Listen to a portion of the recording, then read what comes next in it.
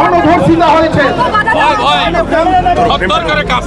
রাষ্ট্রবাদী মোদিজির সৈনিকরা তারা যদি না থাকতো আমার মেয়েকে মেরে দিত।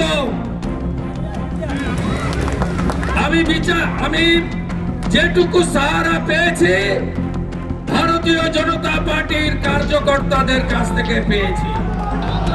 মমতা হটাও, মমতা হটাও, মমতা হটাও, কন্যা বাঁচাও, কন্যা বাঁচাও। এখানে মঞ্চ ধরে টানাটানি করছেন, মাইকের তার কাটছেন, অনুমতি দেখাচ্ছেন। তৃণমূলের চোরগুলো যখন মিছিল মিটিং করে কার কাছ থেকে অনুমতি নেয় দেখান। স্ত্রীকে যখন ধর্ষণ করবে বলেছিল কোথায় ছিলেন আপনারা? কোথায় ছিলেন?